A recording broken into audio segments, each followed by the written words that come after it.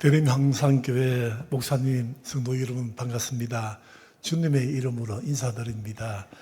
사실은 목사님께서 보통 주일날 제가 이제 고신교회로 매주마다 거의 갑니다. 빠르면 한 달 전에 이렇게 부탁하거든요. 목사님께서는 지난 봄인가 5월달에 몇 달 전부터 저한테 9월 말에 고신대 주일로 지킵니다. 와 주십사 해서 계속 마음에 담고 또 기도하고 있었습니다. 너무 고맙습니다. 교회에서 이렇게 고신대 주일로 정하고 또 저를 불러주시고 또 고신대 비전을 나누고 기도 제목을 나눌 수 있는 은혜 주심을 감사를 드립니다. 제가 은혜 받았어요. 오늘 찬양팀 너무 잘해서 말씀을 전하는 설교자가 목이 이미 쉬어버렸어요. 너무 은혜로워서 앞에서 있는데 그래서 하나님께서 오늘 설교할 때 목소리를 좀 작게 하라 그런 마음도 들었습니다. 너무 반갑고 좋습니다. 153 기도운동 너무 좋아서 저도 책을 하나 목사님한테 받았습니다. 집에 가서 우리 가족들하고 또 나누어 보도록 하겠습니다. 제가 잠깐 기도하겠습니다. 하나님 아버지 감사합니다. 우리가 이 자리 이곳에 와서 하나님께 영광 돌리고 예배 드릴 수 있은 것은 우리가 남들보다 똑똑해서도 아니고 남들보다 많이 가졌어도 아니고 남들보다 깨끗해서도 아닙니다. 전적으로 하나님의 부르심에 감사해서 이 자리에 왔습니다. 말씀을 전하고 듣겠습니다. 이 부족한 것이 준비한 것은 500리어처럼 작지만은 큰 은혜 있는 시간 되게 하여 주시옵소서. 예수님의 이름으로 기도합니다. 아멘. 제가 PPT를 좀 준비했습니다. 그래서 PPT 가지고 근데 PPT 숫자가 좀 많아요. 그래서 하다가 시간을 보고 또 식사도 하셔야 되기 때문에 좀 건너뛴 거를 건너뛰고 빨리 지나가고 어떤 걸 좀 강조하고 싶은 것을 제가 덧붙여서 설명하고 그렇게 하겠습니다. 오늘 성경 말씀을 읽었지만은 너무 좋은 말씀이기 때문에 제가 작년에 1년 전에 총장으로 부름을 받고 나서 이 말씀에 큰 은혜 받고 지금까지 하나님 은혜 감사하면서 일을 하고 있습니다. 여호와의 말씀인데요. 여호와께서 우리를 향한 생각이 있대요. 그 생각을 여호와께서 이렇게 합니다. 나의 생각을 내가 아는데 이 생각의 내용은 너희를 평안하게 하는 것이고 재앙이 없는 것이니라. 번성케 하고 해함이 없다. 이 말씀하시면서 너희에게 미래의 희망을 주시겠다. 이 약속의 말씀, 축복의 말씀 가지고 제가 오늘 세 가지 했습니다. 오늘 다음 세대의 미래와 희망을 위해서 세 가지거든요. 저는 항상 교육학자이기 때문에 특강의를 강의할 때 두 가지식으로 핵심 내용 먼저 전합니다. 세 가지는 첫째, 하나님께 다 맡기자. 미래의 희망을 갖자. 둘째, 제가 좀 무례인 것 같습니다.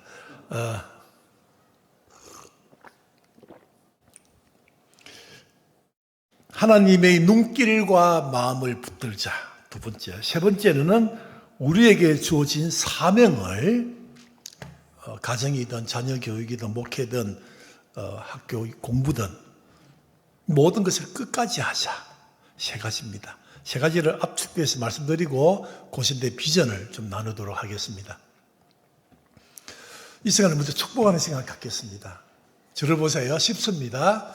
내용은 이렇습니다. 하나님은 여러분 자녀들 있잖아요. 자녀 이름 다 부르세요.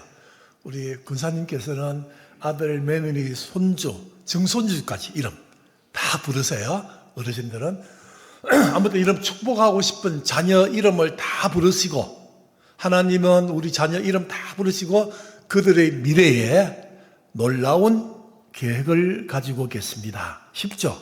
하나님은 우리 아들, 딸, 우리 손주의 미래에 놀라운 계획을 가지고 계십니다. 시간 드릴 테니까 제가 시작하면은 자녀가 많은 분은 길게 하세요. 길게. 자, 시작.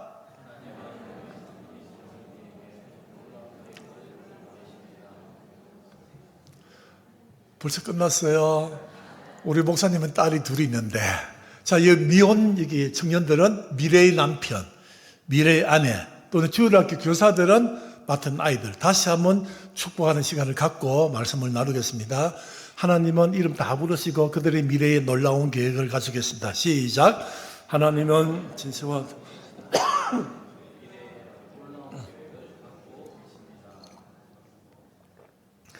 여러분, 자녀 교육은 선택입니까? 필수입니까?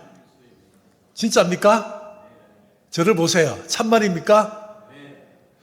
자, 다음 세대 교육의 세 가지 축이 있습니다. 가정, 교회, 일부 학교, 기독교 학교 포함해서 대안학교.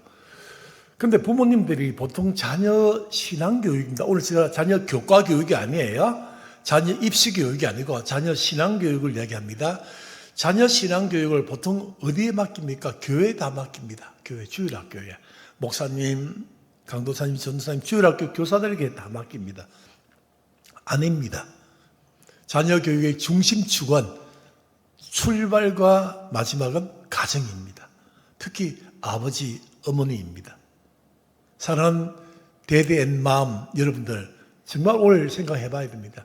자녀 신앙교육의 중심축은 교회가 물론 애를 바짝바짝 쓰고 주일학교 예배하고 성경 공부가 다 하지만은 턱없이 부족합니다.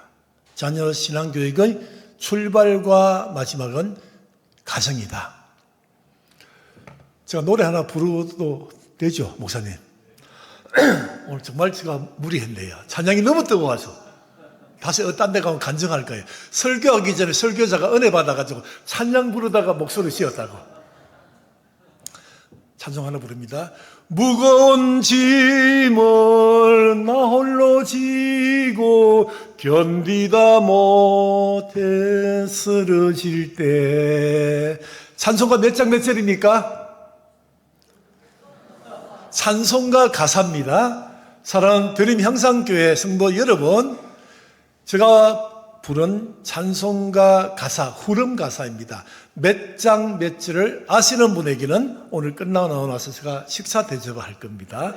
다시 한번. 무거운 짐을 나 홀로 지고 견디다 못해 쓰러질 때. 네이버 검색하지 마세요.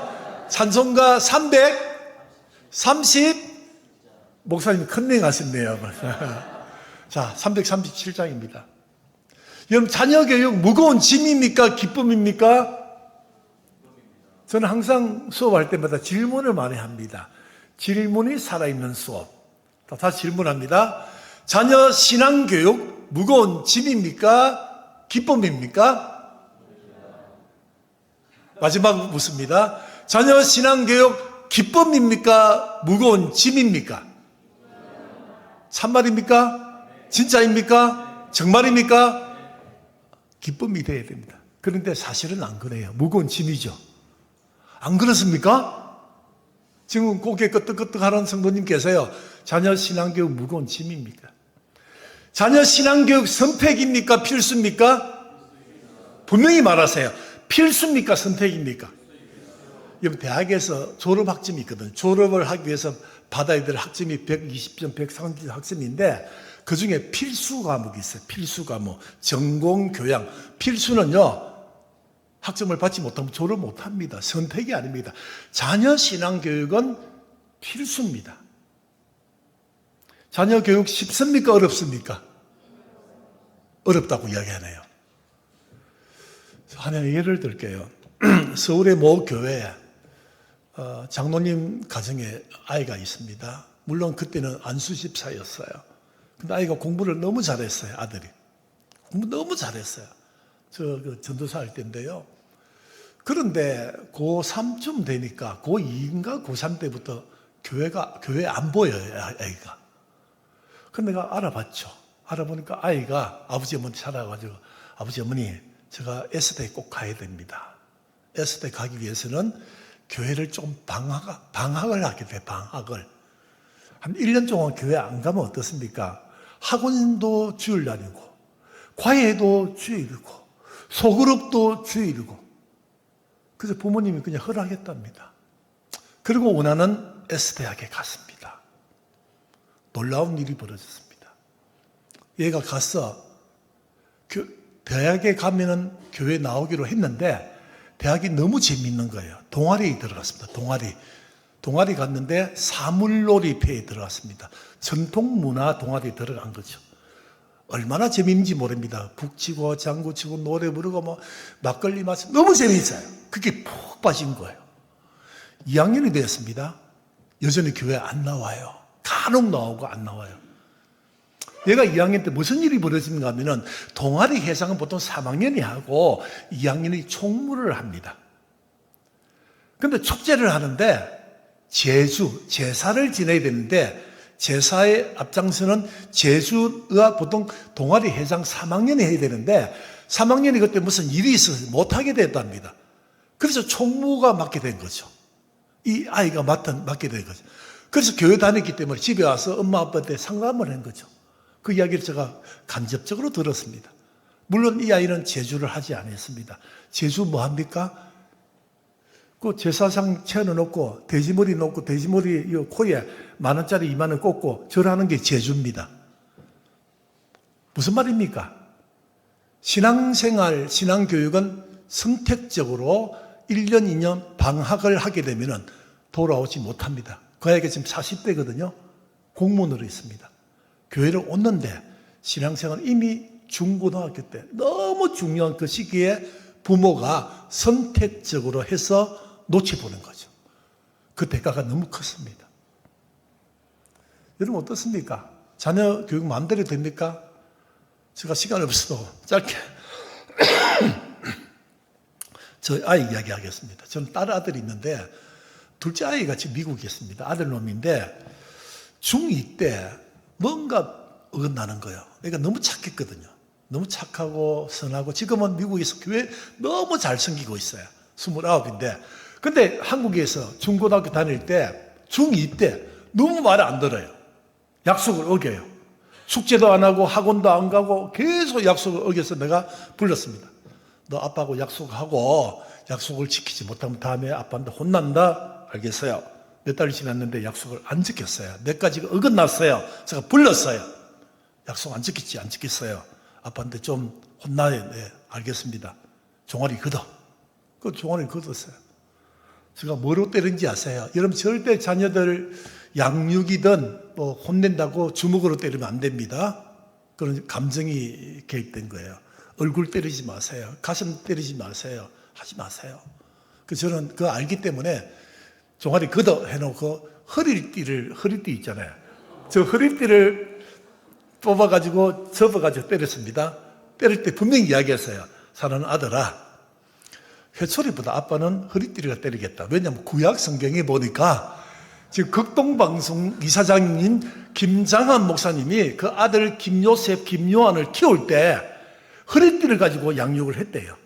나도 그 이야기 들었기 때문에 이거는 비성경적이 아니구나 해서 아이들 허리띠를 가지고 계속 매몰차게 때렸어요. 멍이 들었습니다. 그리고 헤어졌습니다. 그래서 저녁에 이제 할머니하고 지 엄마가 또 연고를 발라주고 이렇게 했습니다.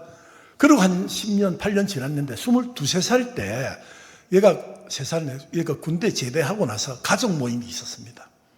엄마, 아빠, 누나 가족 모임에 하는데 갑자기 저녁에 야자 타임을 했어요. 야자 타임.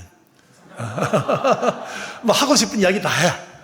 하고 싶은 이야기 다 하게 했습니다. 아주 시작은 좋았어요. 그런데 우리 아들하고 뭐라는지 아세요? 아빠 8년 9년 전 기억나세요? 뭐? 아빠 때렸죠? 때렸지. 근데 아빠가 뭐를 때린지 아세요? 허리띠를 때렸지. 그때 상처받았대요. 아빠가 때린 거는 이해해요.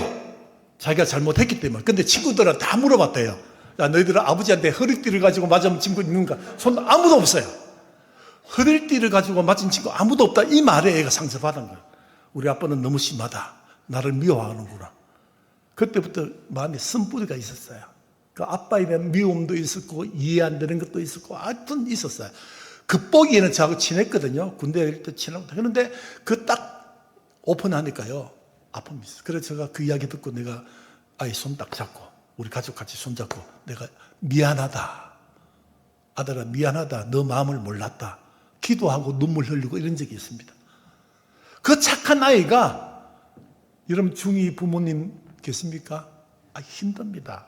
감당이 안 됩니다. 내가 아는 교육학 교수님은요, 딸이 엄마하고 딱 부딪혔어요. 중2, 중3 때. 보통 때는 엄마가 힘 좋잖아요. 근데 중2, 중3 때면요, 엄마가 딱 야단치잖아요. 손 때리려 하죠. 그럼 아이가 손 딱 잡습니다. 그럼 엄마가 못 이깁니다, 이미. 중학생한테는. 그래서 아이가 엄마 미워! 죽어버릴 거야! 집 나갈 거야! 정말 모진 말을 하고 딸이 방에 딱 들어가서 문을 쾅 닫고 안에서 딸까닥 잠궈버렸어요. 경험 있죠? 없으세요? 우리 딸도 그랬어요. 그 문을 안에 딱 잠그면 어떻게 합니까? 저는 못 참아요. 발로 문 차면서 문 열어, 이놈아, 문 열어. 근데 우리 와이프는 기다립니다. 한두 시간 기다리면 나와요, 또 애들이. 조용히 나와서 냉장고 문 열기도 하고 물 가지고 아무튼 나와요. 기다리면 되는데 못 기다리는 거예요. 내가 아는 교육학 교수님은요, 문짝을 뜯어버렸어요. 딸 아이 문짝을 뜯었다니까요. 방 안에서 뭘 하는지 믿을 수가 없대요. 공부 안 한다 이거죠. 못 믿은 거죠. 신뢰감이 깨졌죠. 문 딱 뜯으면 보이는 보이죠. 근데 아이 마음을 다 닫은 거예요. 여러분, 이건 자녀 교육이 아니에요. 자녀 신앙 교육이 아니에요. 그만큼 자녀 교육이 어렵습니다.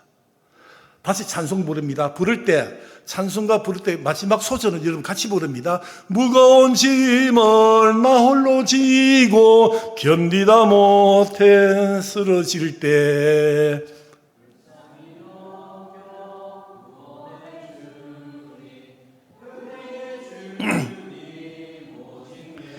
아멘.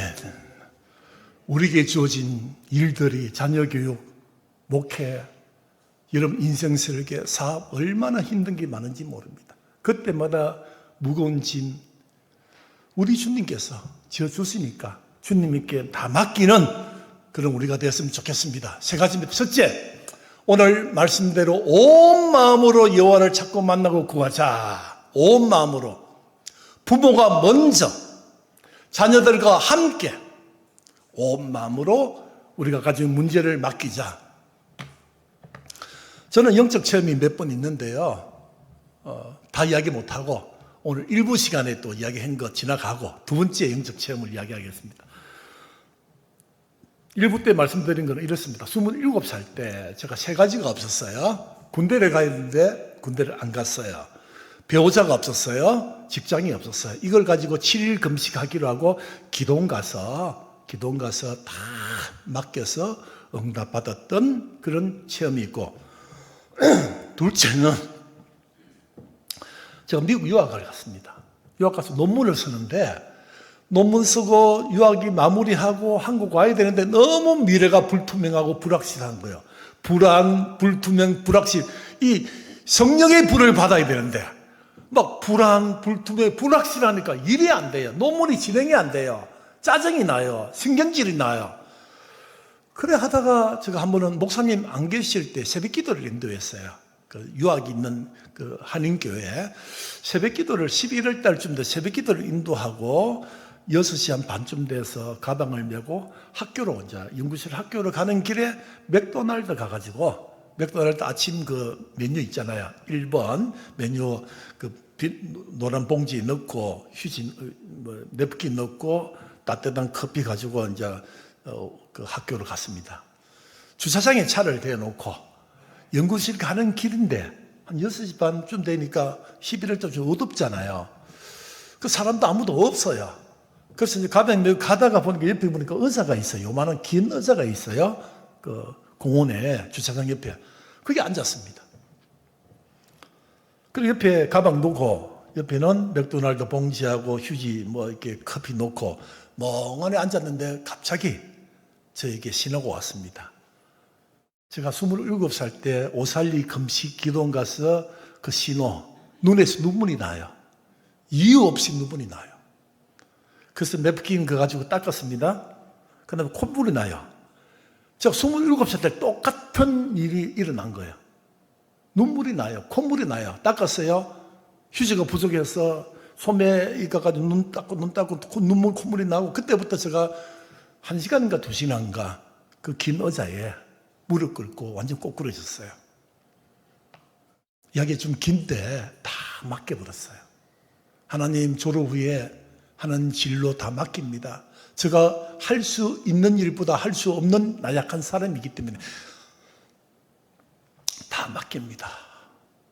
그 맡기고 나서 공부 와서 이제 한국 와서 지금까지 일을 하고 있습니다. 여러분, 우리가 하나님께서 가장 좋아하시고 원하시는 게 뭘까? 우리가 가지고 있는 이 고민거리, 걱정거리, 불안의 요소들을 내가 무거운 짐으로 지고 남들에게 불평, 불안, 신경질을 부리지 말고 하나님께 나와서 다 맡기자. 온 마음으로 여호와를 찾고 만나고 구하라. 그러면 주실 것이다. 그 말씀대로 다 맡기는 여러분이 됐으면 좋겠습니다. 이 맡기라는 뜻을 제가 좀 설명을 드리겠습니다. 구약과 신약이 있는데요. 맡기는 것은 이 편편한 곳에 구슬을 올리면은 구슬이 그나마 좀 낮은 구슬을 굴러가겠죠. 앞으로 가든 뒤로 가든 왼쪽 가든 굴러가잖아요. 그 여러분이 미래 인생 설계했어요.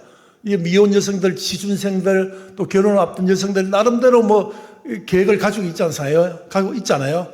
근데 우리가 플랜을 올려가지고 구슬을 올렸는데 이 미래의 구슬이 왼쪽으로 굴러가요. 여러분들은 오른쪽으로 굴러가기로 계획을 짰는데 여러 가지 정황이나 사정이나 상황이 왼쪽으로 굴러가요. 그럼 여러분 어떻게 합니까? 왼쪽으로 굴러가는데 그걸 맡깁니까? 아니죠. 다시 계획을 짜서 구슬을, 여러분의 인생 설계 구슬을, 여러분 미래를 이끄는 구슬을 올려가지고 자꾸 오른쪽으로 여러분이 원하는 쪽으로 가도록 하는 게 여러분의 마음이에요. 이게 맡기는 게 아니에요.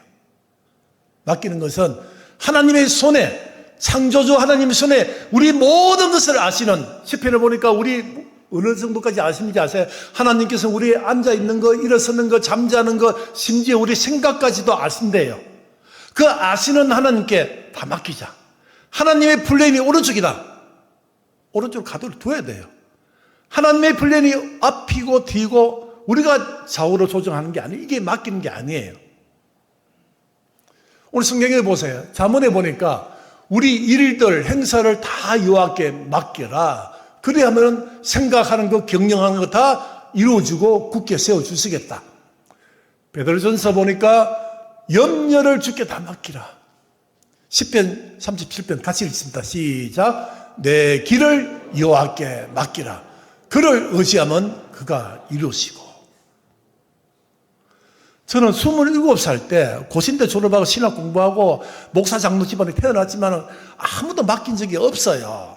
근데 제가 27살 때 너무 급하니까 없는 게 너무 많고 너무 다급하고 불투명하니까 다 맡겨버렸어요. 하나님께 길을 다 열어주었어요.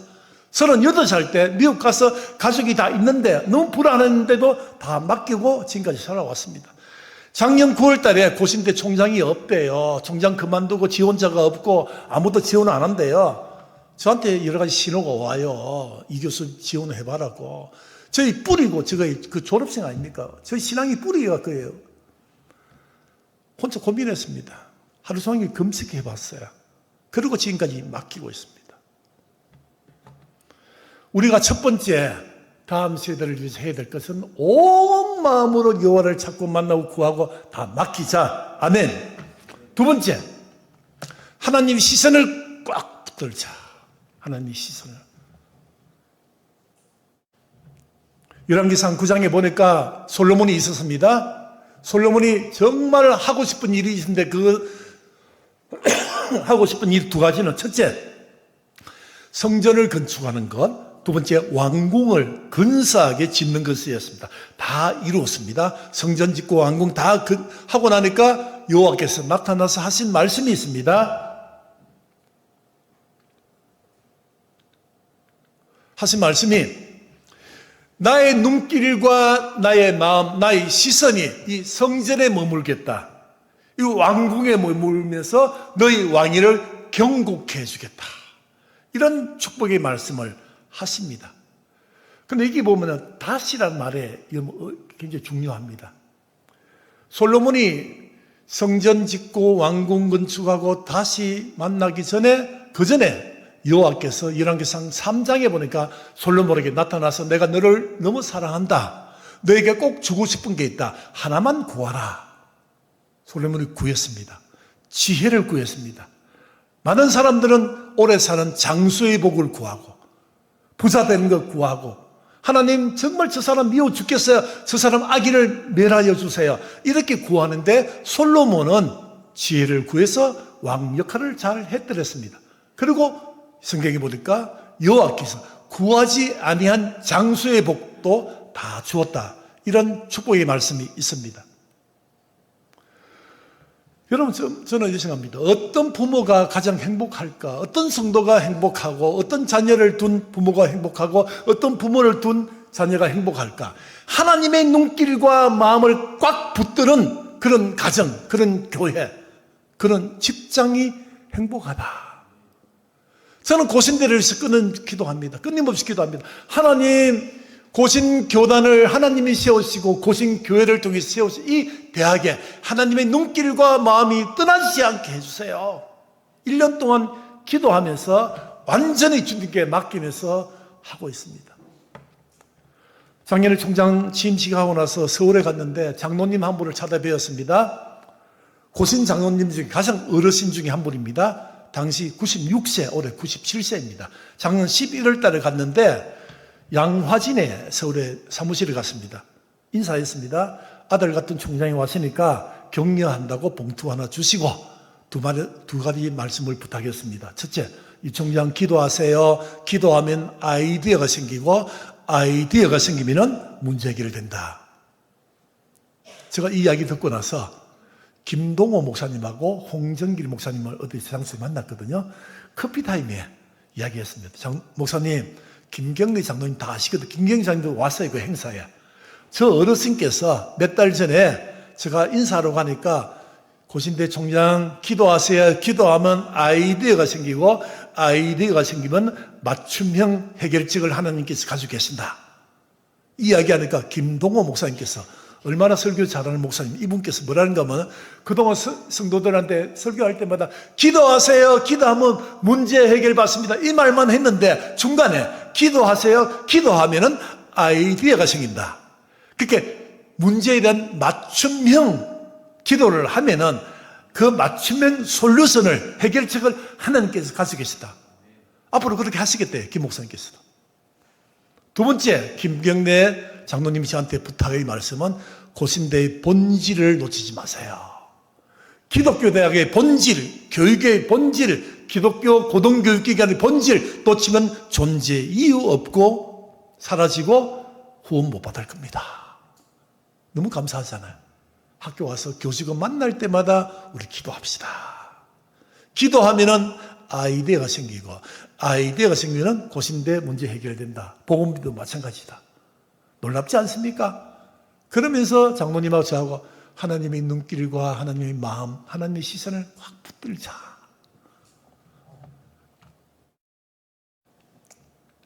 셋째, 제가 셋째 하면 빨간 글 읽습니다. 셋째. 다시 한 번 더. 셋째. 우리 젊은 청년들만 셋째. 아멘. 제가 왜 이 세 번째 PPT를 준비했을까요? 오늘날 그리스도인들이, 오늘날 목회자, 부모님들이, 사업하는 분들이 너무 포기를 너무 쉽게 해요. 포기를 너무 잘해요. 우리에게 각자 사명을 주셨거든요. 저는 고신대 온 게 사명이에요. 사명으로 받아. 지금은 우리 집사람이나 우리 딸 아들이 아직도 왜 그 고생을 부산에 가서 하느냐. 집이 서울에 있는데 사명입니다. 다른 거를 설명할 길이 없어요. 배우가 좋습니까? 스트레스 없습니까? 버거운 일이 계속 일어납니다. 그럼에도 불구하고 하나님이 세우신 이 대학의 회복을 위해서 사명을 가지고 온 거예요. 그러다 보니까 힘이 나는 거예요. 여러분, 어떤 일이 쉽게 포기합니까? 특히 자녀교육. 무거운 짐을 나 홀로 지고 견디다 못해 나자빠지고 회복하지 못하고 쓰러집니까? 아니죠. 자녀는요, 포기의 대상이 아니에요. 하나님께서 여러분에게 딱 맞는 자녀를 선물로 주셨는데 학교 성적이 좀 나쁘다. 말 잘 안 듣는다. 그렇다고 포기합니까? 아니에요. 자녀는요, 포기의 대상이 아니에요. 기독교 대학, 고신대학교, 복음병원 포기의 대상이 아니에요. 끝까지 해야 됩니다. 끝까지. 제가 책이 너무 좋아서 가져왔는데요. 책 하나가 더 빠졌는데 하나는 말로 설명드릴게요. 첫째 책은 회복 탄력성이라는 책이 있습니다. 밑줄 친 거 있죠. 회복 탄력성 책이 있습니다. 한번 읽어보세요. 지난 목요일날 제가 보건병원 가서 설교했거든요. 예배 시간에 그 이야기했습니다. 보건병원이 몇 년 동안 계속 적자 나다가 이번 7월달, 8월달 흑자 났습니다. 너무 감사한 거예요. 회복되고 있는 거죠. 회복 탄력성. 누구에게나 실패할 수도 있고 자빠지고 쓰러질 수가 있습니다. 하나님 앞에 나와서 맡기면 회복의 은혜가 있는 거죠. 사랑하는 젊은 청년들, 사랑하는 아들, 조카들, 여러분 실패할 수도 있잖아요. 불안하고 불투명하잖아요. 주님께 맡기고 회복하세요. 일어나세요. 다시 시작하세요. 여러분 오른쪽 책이 더 좋은 책입니다. 부모님들 꼭 이 책을 읽으세요. 번역되어 있습니다. 그릿이라는 책입니다. 그릿. 아마존에서 베스트셀러입니다. 핵심이 뭡니까? 열정과 끈기입니다. 그릿. 열정과 끈기입니다. 왼쪽 책은 나카무라 수지라는 일본 사람이 지은 책입니다. 제가 이 책을 읽고요. 참 성경책은 아닌데 꼭 기독교적인 아니지만 뭔가 정신이 있어요. 끝까지 하는 그 힘이 있더라고요. 책 제목이 끝까지 하는 힘입니다. 저는 우리 조카들 만날 때마다 내보고 삼촌, 외삼촌, 고모부 하면서 자기 자녀 교육이 힘들대요. 우리 조카들 다 40대거든요. 힘들대요. 내가 이야기합니다. 이 책을 읽으라고. 조카 며느리 이 책을 2개 다 읽어봐라고. 그리고 끝까지 하는 거야. 자녀 신앙교육 포기하지 말고 사업 포기하지 말고. 나카무라 수지가 특징이 뭔지 아세요? 일본의 남부 지역에 태어났습니다. 저 남부 지역에. 그리고 그 지역에 있는 그냥 웬만한 대학 들어갔어요. 한국말하면 지방대학 간 거예요. 여러분 지방대학 말 쓰지 마세요. 부산인 사람 수리랍니다. 부산 지역대학입니다. 지방 하면요 수도권하고 딱 비교해서 그런 거예요. 부산 가면요, 경남 가면요, 전라도 가면요, 이 수도권하고 지방 이게 비교돼가 굉장히 자존심 많이 상해 있어요. 여러분 그래서 부산 지역에 있는 부산대학교, 부산 지역에 있는 고신대학 이렇게 불러주세요. 지방대학 부르지 마세요. 아무튼 나카무라 수지가 남쪽 지역에 태어나서 웬만한 대학 졸업하고 대기업도 못 가고요. 중소기업, 중견기업에 들어갔습니다. 그런데 이분이 노벨 물리학상을 받았습니다. 놀랍죠. 왜 받았습니까? 지방대학 졸업하고 그리고 중견기업 들어가고 그렇지만은 끝까지 실험 실습실에서 끝까지 연구하고 실험해서 청색 LED를 만들어서 노벨 물리학상을 받았습니다. 여러분 누가 영재입니까? 제가 딱 보니까 여러분 중에 영재가 별로 없어요.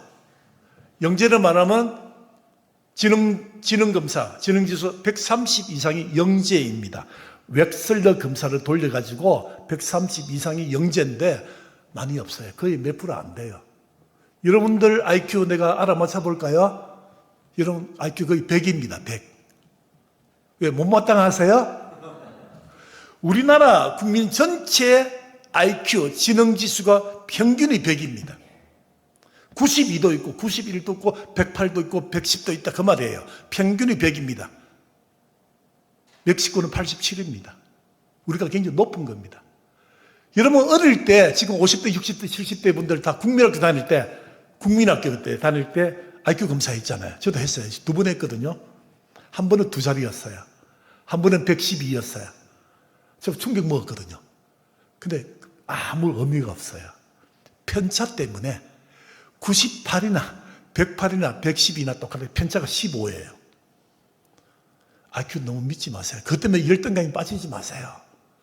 130 이상이다, 영재다, 여러분 다 같이다고 생각하지 마세요. 50, 60이 되니까 IQ로 사는 게 아니에요. 우리나라 3대 고도 영재가 있습니다. 김땡땡 지금 62살입니다. 김땡땡 아실 거예요. 지금 평범하게 살아 계세요. IQ 210입니다. 기네스북에 전 세계 탑10 안에 탑5 안에 들은 210. 지금 평범하게 사세요. 27살 송땡땡 있습니다. 기억나시죠? 만 8살에 대학 가고 송땡땡 10몇 년에 난리 났죠. 일본 TV, 한국 TV 나와가지고 어려운 문제 풀고 막 난리 났어요. 고도 영재. 지금 27인데 그냥 지켜봐야 됩니다.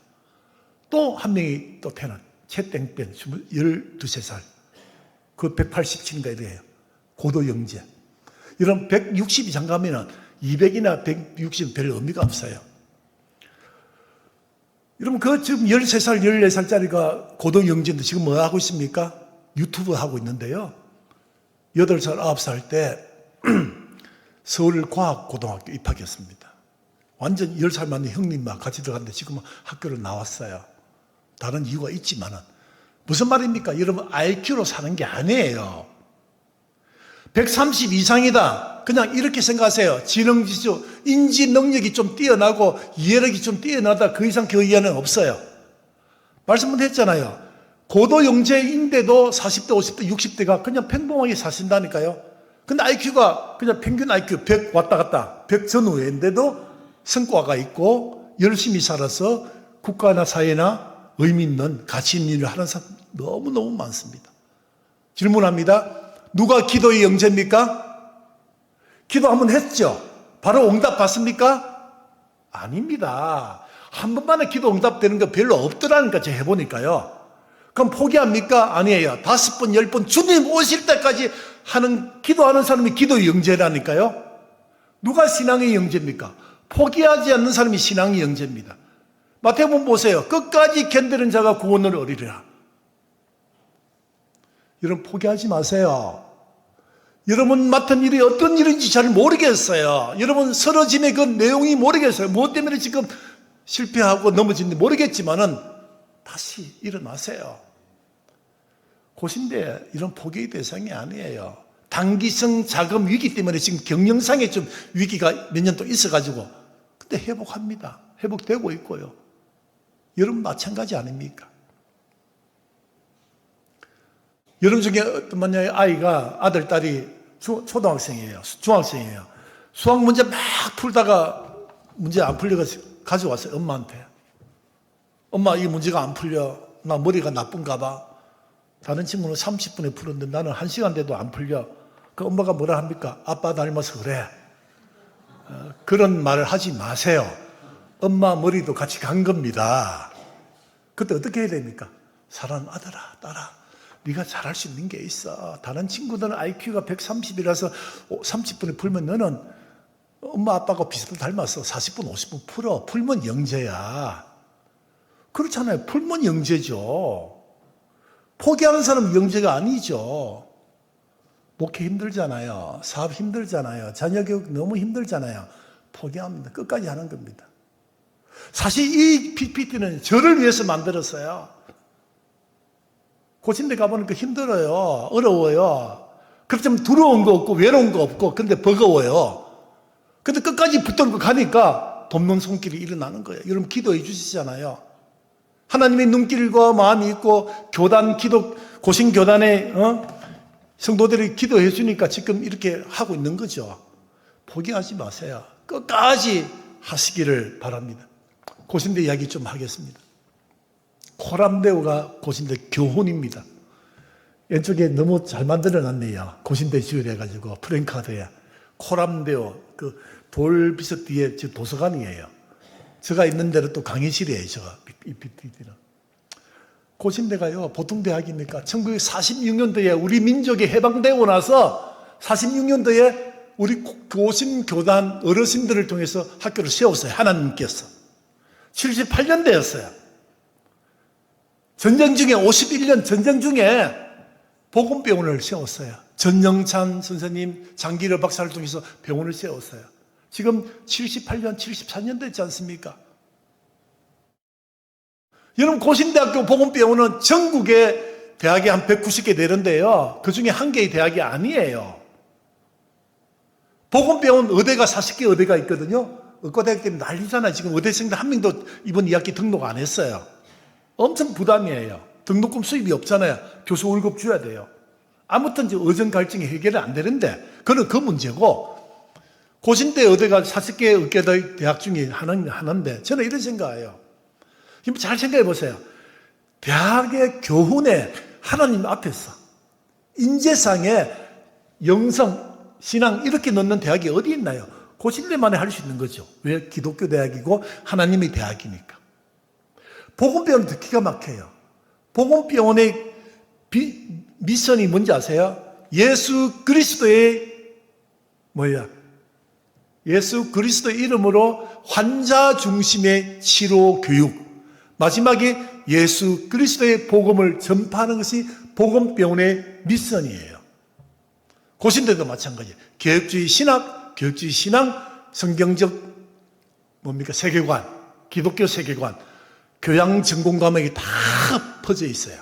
그거 가르치는 것이 고신대죠.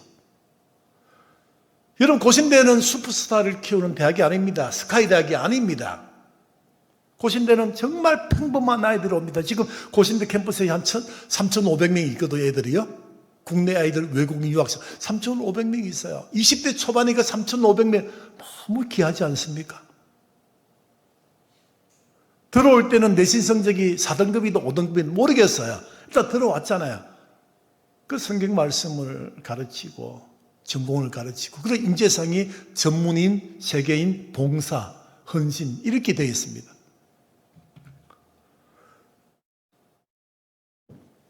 학교 하나 소개할게요. 이거는 미국에 있는 고등학교인데 이 PPT 빠졌네요. 이탈리아에 있는 대학 하나 소개할게요. 볼로나 대학입니다. 볼로나. 이탈리아 북부에 있습니다.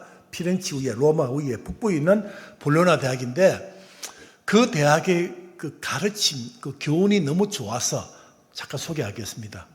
우리나라 번역하면은 그리고 그 다음에는 이 뜻이에요. 학생들이 옵니다. 너 그리고 그 다음이 뭐냐? 그 다음이 뭐냐? 계속 질문합니다. 신입생이 왔어요. 질문했습니다. 왜 우리 학교에 왔어요? 모르겠어요. 생각 없어요. 탈락. 왔어요? 우리 대학에 왜 왔어요? 법학이 유명하거든요. 법학 공부하고 싶어요. 그 다음에는요, 생각 안 해봤어요. 탈락. 끊임없이 질문합니다. 지원 동기를. 그리고 그 다음은. 근데 그리고 그 다음 내용을 보는 거예요. 법학 공부하고요, 변호사 되고요, 돈 많이 벌고요, 외제 자동차 사고요, 주식 투자하고요, 부동산 짓고요, 큰 집이 이런 내용부터 다 탈락이에요. 그 다음에 내용이 이런 내용입니다. 필립스 아카데미입니다. 저는 대학을 경영하다 보니까 고신대의 그 교훈은 하나님 앞에 너무 좋은데 도대체 어떤 인재를 키워야 될지 고민이잖아요. 그 공부하면서 이제 알게 됐는데 이 고등학교는요, 미국의 최고의 고등학교입니다. 최초의 고등학교입니다. 1776년에 미국이 독립되고 나서 3년 후에 생긴 최초의 고등학교, 대학 진학학교. 지금 하이스쿨인데 그냥 이 고등학교는 아카데미라 부릅니다. 필립스 아카데미, 캠퍼스 2개 있는데 보스턴에 있어요. 교훈을 보세요. Not for self입니다. 기가 막히죠. 지금 미국을 누가 움직입니까? 유대인들이 미국 경제를 움직입니다.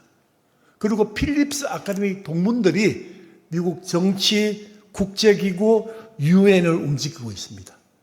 왜요? 그 출신들이 이 정신 가지고 사니까 리더가 되는 거예요. 130, 140, 160 IQ로 사는 게 아니고 이 정신이에요. Not for self. 우리 여기 있는 청년들만 한번 해볼까요? Not for self. 시작. 한 번 더 크게, 제일 큰 소리로 시작. 우리 주변에 보면요, for self는 너무너무 많아요. 사실 청년들 그렇죠? 너무 똑똑한 사람 많아요. 스펙이 화려하고 막 토익 점수, 토플 점수가 막 너무 똑똑한 사람이 많아요. 근데 그 똑똑한 사람이 다 40대, 50대, 60대 다 리더가 됩니까? 아니에요. for self만 하니까 그냥 자기는 잘 사는데 리더가 못 돼요. 저 주변에 너무 그런 사람이 많습니다. 평범한 사람인데 50대, 60대 돼가지고 거룩한 영향을 미치는 리더가 많아요. IQ 문제가 아니에요. 가치관의 문제예요. 세계관의 문제예요. 그 정신에 not for self. 공부에서 남주자. 실력은 높게, 자세는 겸손하게. 하나님을 영화롭게 하고 사람을 귀하게 여기는. 저는 이런 인재가 고신대에서 양성하고 싶은 거죠. 이런 인재를. 고신대 졸업해서 선교사가 되든 목회자 되든 공무원이 되든 직장인이 되든 어떤 곳에 있든지 그 자리가 하나님께서 보내신 자리다. 사람을 귀하게 여기고 남을 나보다 더 낮게 여기고 겸손하게 섬기면요, 리더가 되는 거죠. 나 자신만을 살지 않는, 한번 생각해 보세요. 고신교회 교인들이 기도하고 헌금해서 지원해서 운영된 이 고신대 졸업생들이 for self만 가지고 있으면 무슨 존재의 이유가 있나요? 일반 대학과 똑같죠. 고신대학은 180개 대학 중에 한 개가 아니에요. 대학 숫자가 부족해서 하나님께서 세우신 대학이 아니에요. 고신대는 고신대 정체성이 있고 고신대 역할이 있는 거요. 복음대도 마찬가지예요. 이거를 놓치지 말자 이거죠. 다시 한번 확인하고 강화하자. PPT 하나 더 기가 막힌 게 있어서 소개할게요. PPT 앞에 하고 연계되는 거죠. 하버드 졸업식에서 이 친구가 최우등 졸업을 하면서 졸업 대표자 연설을 합니다. 박진입니다. 이민자 가정에 태어났습니다.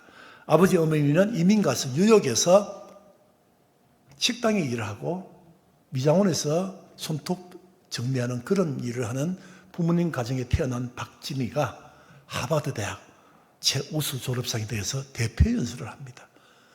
동영상을 봐서 너무나 감동 먹어서 내가 찍었어요. 이게 캡처를. 첫 연설을 이렇게 시작합니다. 사랑하는 하버드 졸업생 동기 여러분, 우리는 얼마나 받은 게 많습니까? 이 좋은 대학에 와서 장학금 받고 좋은 환경에서 좋은 교수를 통해서 마음껏 공부해서 졸업을 했다고. 우리의 재능으로 무엇을 할 수 있을까 생각하는 시간이 되면 좋겠다. 연설의 시작이 나의 재능으로 무엇을 할 수 있을까? 여러분은 졸업하고 나면 유명한 변호사가 될 것이고 유명한 로펌에 들어갈 것이고 펀드 매니저가 될 것이고 국제기구 가고 변호사 되고 정치인 되고 백악관을 가고 온갖 다 할 거 아닙니까? 근데 우리가 내 재능으로 무엇을 할 수 있을까? 이렇게 연설을 하면서 자기 아버지 어머니 이야기합니다. 아버지 어머니가 앉아 계세요. 아버지 어머니가 웁니다. 그리고 박진이가 서투른 한국말로 엄마 마음 울지 마세요. 이렇게 하는 장면이 나옵니다. 그리고 박수 칩니다. 연설 마무리를 어떻게 하는지 아세요? 첫 연설은 나의 재능으로 무엇을 할 수 있을까? 여기에 있잖아요. 나의 재능으로 무엇을 할까? 근데 마지막 연설은 뭡니까? 나의 재능으로 다른 사람을 위해서 무엇을 할 수 있을까? 이 연설로 끝냅니다. 필립스 아카데미 정신도 여기 있는 거예요. 이게 성경적 가르침이에요. 사는 젊은 친구들, 우리 아들 같고 조카 같은 여러분 재능이 뛰어나지 않습니까? 나의 재능으로 다른 사람을 위해서 not for self. 여러분 이런 마음으로 살아가면요 하나님께 축복해 주죠. 하나님께 길 열어주시고 직장 주시고 배우자 주시고 마음껏 일할 수 있는 일터를 주신다고 저는 믿습니다.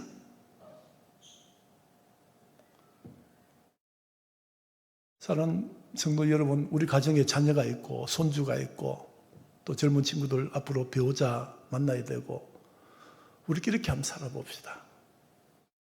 여러분 예수 믿고 사는 게 얼마나 재미있고 신나는 일인지 몰라요. 근데 맡기지 않으니까 여호와를 찾지도 않고 만나지 않고 구하지 않고 그리고 포셀프로 사니까 힘이 없는 거예요. 힘이 없어요. 그러다 보니 포기하는 거죠. 요건 하나 건너뛰고 시간이 없어요. 요거는 꼭 이야기하고 제가 고신대 비전 짧게 하고 마치겠습니다. 왜 공부합니까? 유엔에서요, 유네스코 위원회 있잖아요. 유엔 교육과학위원회가 있거든요. 여기서 교육의 기둥을 4개를 정리했어요.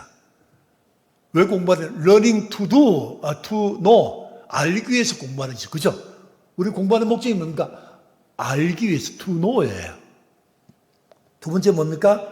안 것을 행하기 위해서, to do, 행하기 위해서 공부합니다. 셋째는 to live together, 공동체, 나만을 위한 것이 아니고 같이 더불어 살기 위해서 공부합니다. 네 번째만 강조하겠습니다.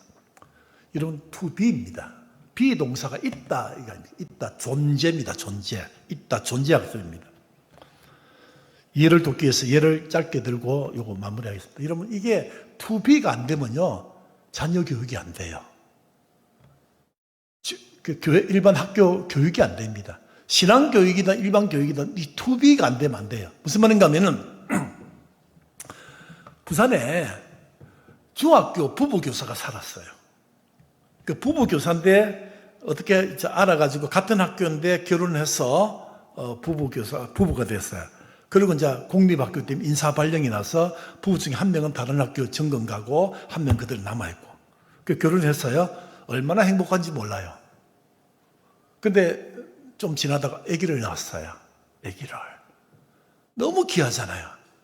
근데 3개월, 5개월 돼도 아기가 눈을 안 맞추어요. 그래서 병원에 갔어요. 선천적 자폐증입니다. 중증 장애인으로 판정을 받았습니다. 그때 중학교 교사인 아기 엄마가 30대 초반 이 중학교 교사가 어떤 마음이 드는지 아세요? 내가 간접적으로 들었는데 이런 마음이 들었답니다. Why me? 왜 나입니까? 왜 우리 가정에 이런 장애아를 주습니까? 우리 잘못한 것도 없고 반듯하게 사는 교사 부부인데 그 절망적으로 하면서 이런 생각이 듭니다. 이 아이를 보내버릴까? 골목길에 버려버릴까? 입양기관에 줄까? 또는 한 번은 생각해도 끔찍한 고층 아파트에서 이 아이를 안고 같이 뛰어내서 죽어버릴까? 온갖 그 마음 이해돼요. 그러다가 이 부부가 교회를 나갔답니다. 어떻게 교회 나갔는지 모르겠어요. 교회 나가서 은혜를 받고 생각이 달라졌답니다. 어떻게 바뀐지 아세요? 이분이 생각해 보니까 창조주 하나님이 계신데 이 아이를 자기 그 애 있잖아. 이 애를 창조주께서 이 땅에 보내기는 보내야 되는데 어디에 보낼까 고민을 했을 거라. 그러면서 유럽이 아니고 아시아에 보내자. 아시아 중에서 대한민국에 보내자. 대한민국 중에 저 밑에 있는 저 지방에 있는 저 지역에 있는 교사 부부에게 장애를 가졌지만 이 아이를 보내면은 그 교사 부부가 잘 키워줄 것이라는 생각을 창조주께서 하고 우리 가정에 보냈다. 여기까지 생각이 이르는 거예요. 그때부터 이 존재가 그 선천적 자폐증을 가진 아이의 존재가 다가온 거예요. 그때부터 완전히 달라졌답니다. 엄마, 아빠, 그 부부가 정성을 다해서 이 아이를 하나님이 주신 선물 생명으로 받아들이고 존재를 받아들이고 교육이 시작됐습니다. 사랑과 귀한 말씀 감사합니다. 찬송가 585장 찬양 후에 우리 이정기 목사님 축복 기도해 주시겠습니다.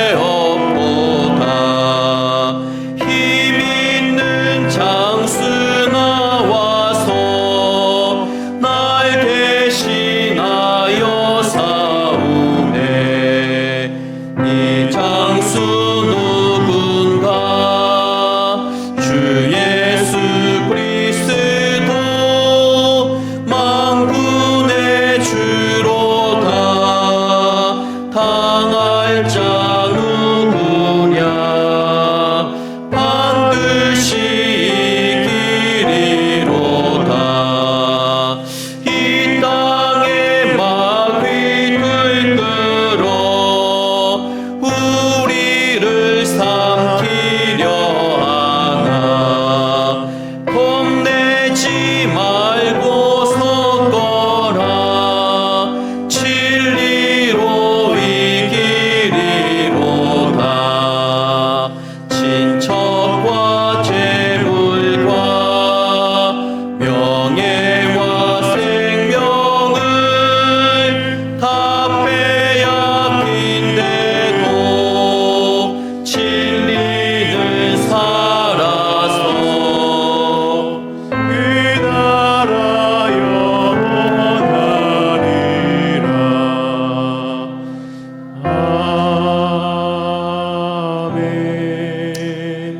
구주 예수 그리스도의 은혜와 하나님 아버지의 무한 극진하신 사랑과 성령의 역사 인도 교통하심이 드림 항상 교회와 성도들과 특히 그들의 자녀 머리 위에 지금부터 영원까지 함께 있을지어다.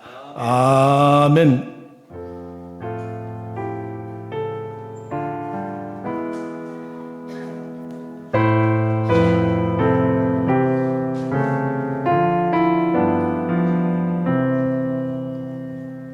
모두 함께 자리에서 일어나셔서 파송의 노래 함께 찬양하시겠습니다.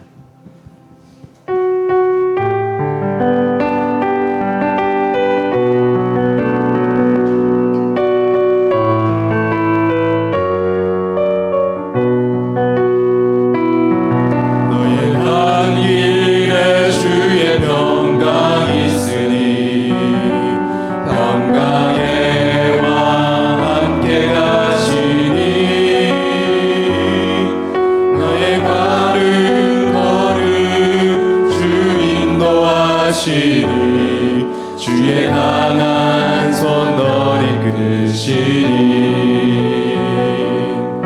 너의 가는 길에 주의 축복이 있으리